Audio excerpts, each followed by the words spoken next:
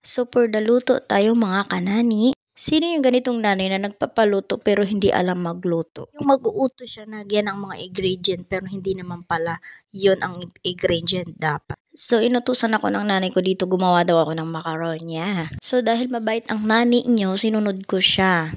Pero naluka ako sa mga binigay niyang ingredient kasi hindi naman yun ang ingredient ng makaronya nila dito. Dahil bawal kumontra mga kanani, gawin natin to nang hindi natin alam kung anong lasa nito. Ayun, pinakuluan ko lang yung makaronya nila. Yan, pinakuluan ko lang at saka mainit na siya, nilagay ko muna sa drain para wala ng tubig. At habang tinitingnan ko yung makaronya na yan, pinag-iisipan ko ano pa yung lasa nitong ginagawa ko.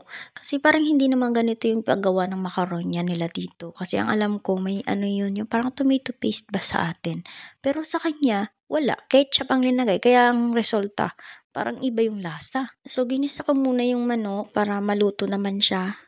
Tsaka linagay ko yung, makaronya. Linagay ko yung makaronya kasama na dun. Tsaka ko siya hinalo-halo. Yun. Tapos nag-iisip ako, parang ayoko ilagay yung ketchup kasi hindi naman yung dapat doon ilagay yung ketchup eh. Iba talaga yung pakiramdam ko doon sa ketchup. Tsaka yung ano na yan, yung dapat kasing ilalagay, mayonnaise. Hindi naman kasi mayonnaise yun eh. Pangpalaman yun sa tinapay. No choice ako kasi yun ang utos niya, ketchup nang ilagay. Dilinagyan ko lang siya, kunti lang naman, hindi ko naman dinamihan. Yung nag-utos, hindi rin marunong nagluto. Pero yung inutusan, hindi rin marunong magluto. Pero kahit hindi naman ako marunong magluto, alam ko naman yung mga ingredient ng mga makaronya na yan. Hindi naman siya katulad nun sa atin, pero yung sa kanila kasi, parang nakita ko yun doon sa katulong nila na isa doon, yung 20 years na doon sa kabila. Kaya alam ko yung ano yung nilalagay na sa makaronya nila. Kaya sabi ko parang iba kasi yung doon sa kabila kay Ate Nor. Hi Ate Nor, if you hear your name, hi.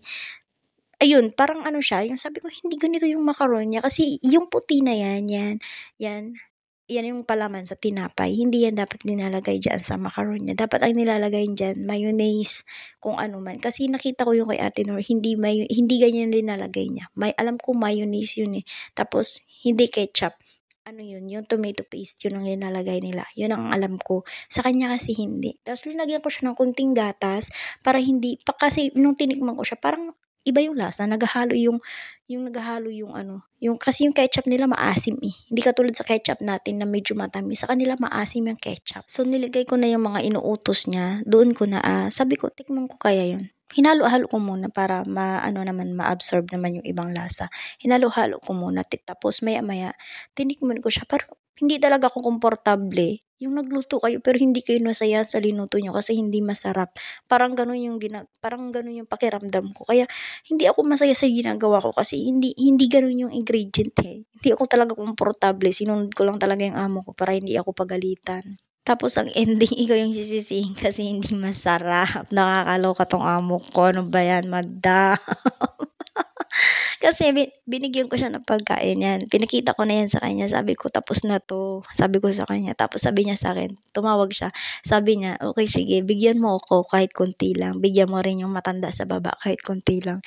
Hindi naman siya ganun karamihan. Konti lang naman talaga siya. Binigyan ko sila sa baba. Natuwa. Parang hindi naman natuwa. Hindi ako natuwa. Kasi alam ko sa sarili ko, hindi talaga ako natuwa sa ginawa ko. Kasi sabi ko iba talaga ang lasa, hindi ganito yung dating ginawa ko, hindi ganito kasi, hindi iba talaga, iba. Kaya parang hindi ako komportable sa ginawa ko. Kaya nung binagyan ko sila sa baba, maya-maya, tumawag siya. Sabi niya, halika dito. Ano daw yung manok na linagay ko. Ala, naluka ako mga kanani. Sabi niya sa akin, yung manok daw hindi fresh. Diyos me, Marimar, oy, Diyos ko, madam, walang fresh na manok dito sa inyo. Laging naka-ref ang mga manok niya. Madam.